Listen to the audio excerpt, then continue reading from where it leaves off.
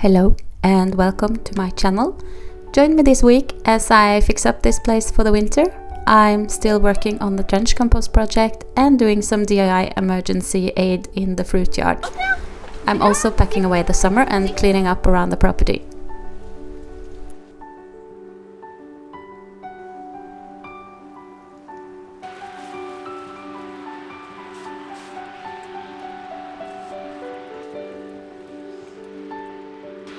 Okay, it's a rainy day.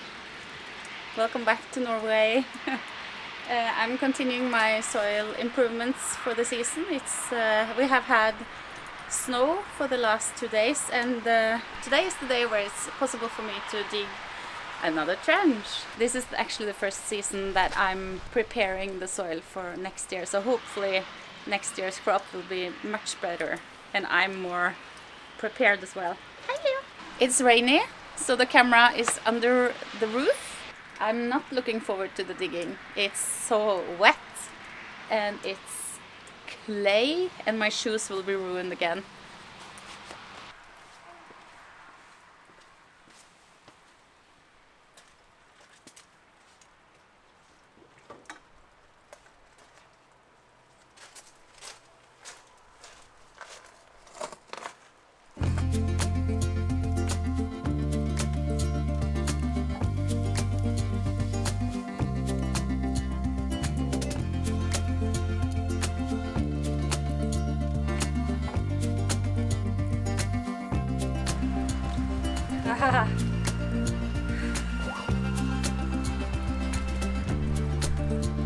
This is huge.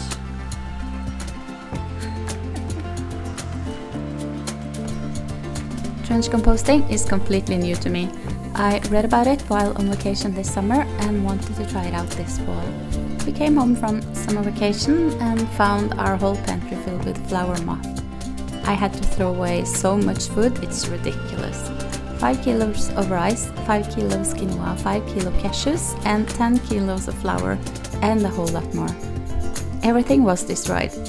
Luckily, I had read about trench composting and started my first trench right away. That way the destroyed food could benefit me in other ways. I dug down everything and after a few weeks it had already been totally composted. That was unexpected and amazing, so from that on I have been digging down all of my vegetable, kitchen scraps, eggshells and coffee grounds. I made an earlier video about it to show how effective this really is.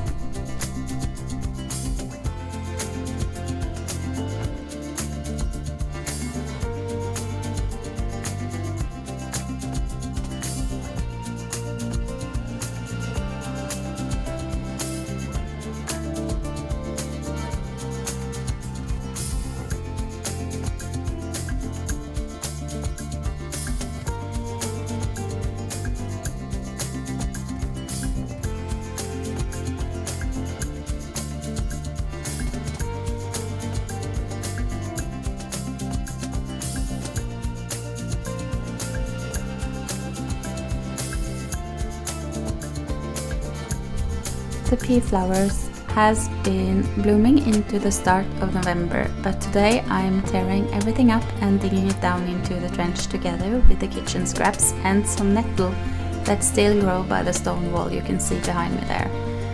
I don't know if it works, but if it works with vegetables, why not pea flowers and nettle as well?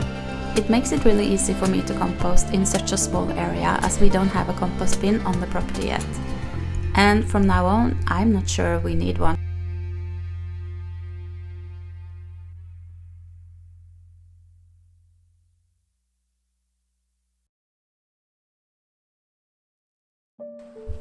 Now I'm going to the front of my house to clean out the bee-friendly garden and collect leaves in my fruit yard. These are zinnias. Everything grew very late this year, but when they finally came up, they bloomed for a long time into the fall before the frost and snow came a few days before I filmed this.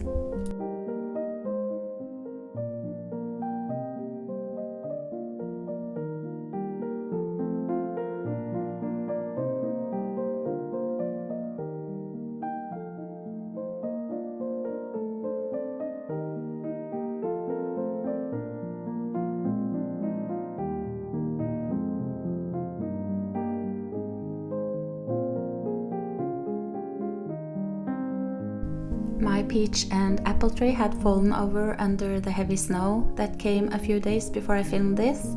I tried to fix them, but they kept falling over as the wind usually comes from that direction. Some roots must have been teared off probably. I'll complete my trench and fix the trees later.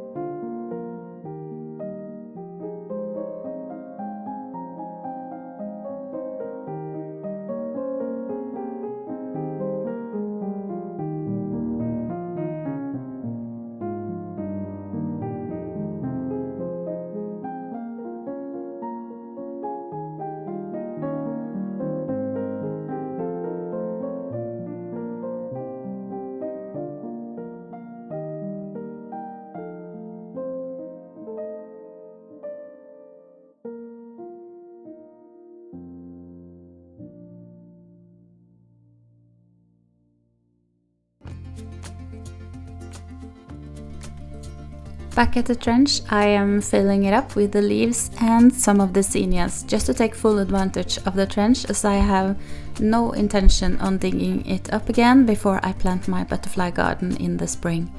The heavy clay we struggled with got so packed up with water during this rainy summer, so all of my dahlias not only drowned and died, but the roots also composted and were totally gone when I came home from vacation. I'm now covering back up everything, and hopefully next year's butterfly alley will have some more nutritious soil.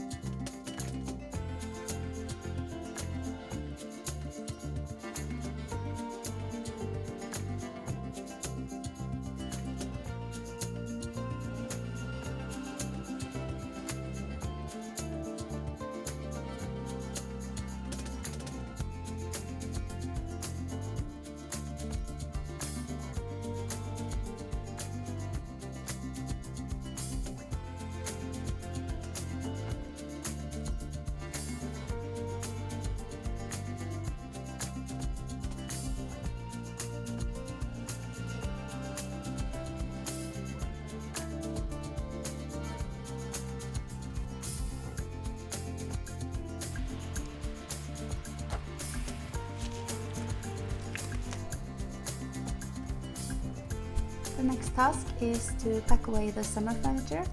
We decided to keep it outside and protect it under plastic because the storage rooms are filled with my garden tools and a huge pile of pillows that comes with this furniture.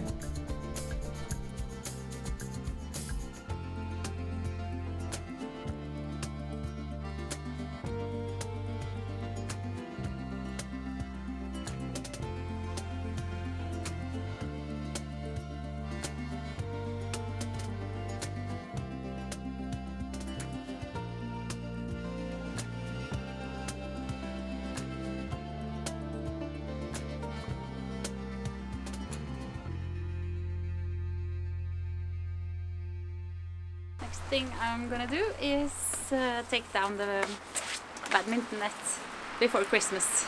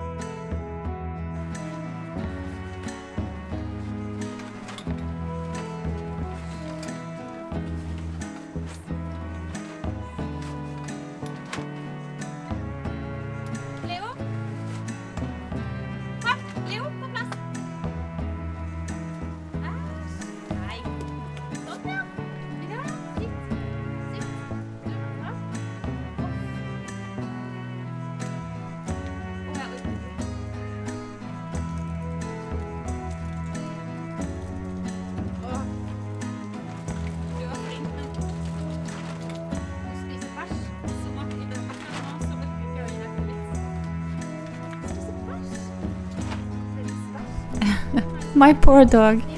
He found himself a real treat by the peach tree. This is not how I usually avoid him for coming when I call him, but the deer poop around his mouth and the way he still enjoyed the last bit almost made me puke. He's eating deer poop? That's gross. We have a lot of deer in the area and now we found a spot. So he will spend the rest of this time inside because... Or maybe I'll leash you somewhere so you can stay outside. I actually made him stay indoor. When he finds deer droppings, he keeps running back to the same spot all the time.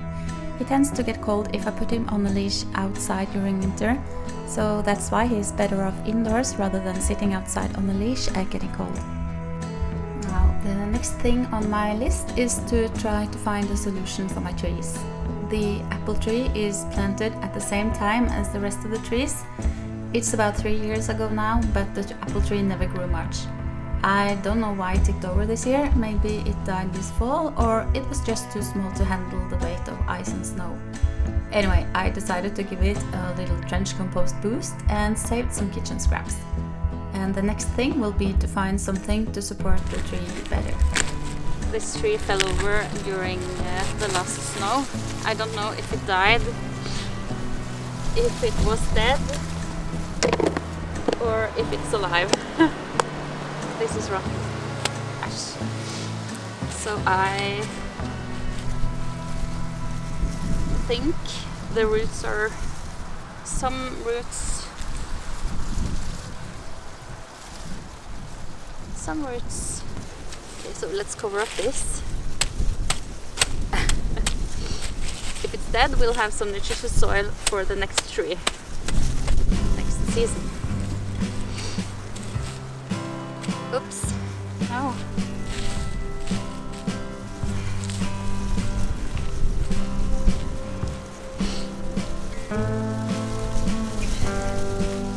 The wind is so strong and the tree just... I think the tree needs more soil. Maybe I'll buy something today and build some support as well.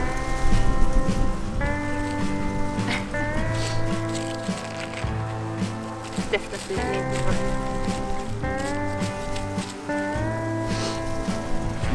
Hey.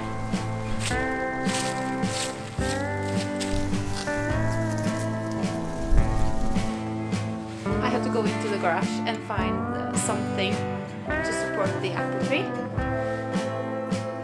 I just don't know what to use yet, but we have. Is it possible to see? We have wood up here. And I can use some of it.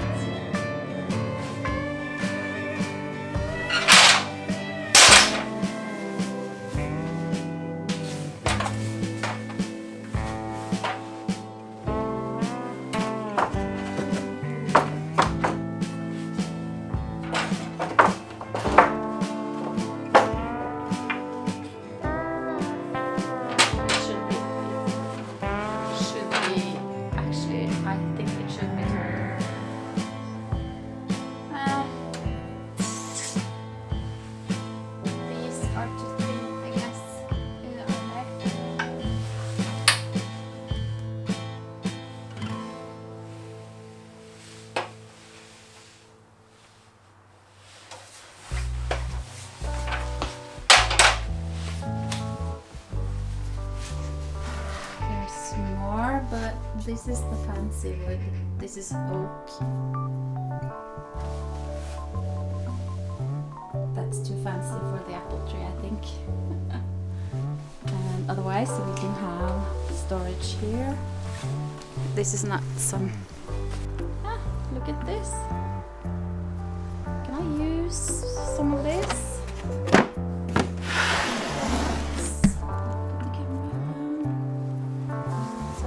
This. No, this is too small.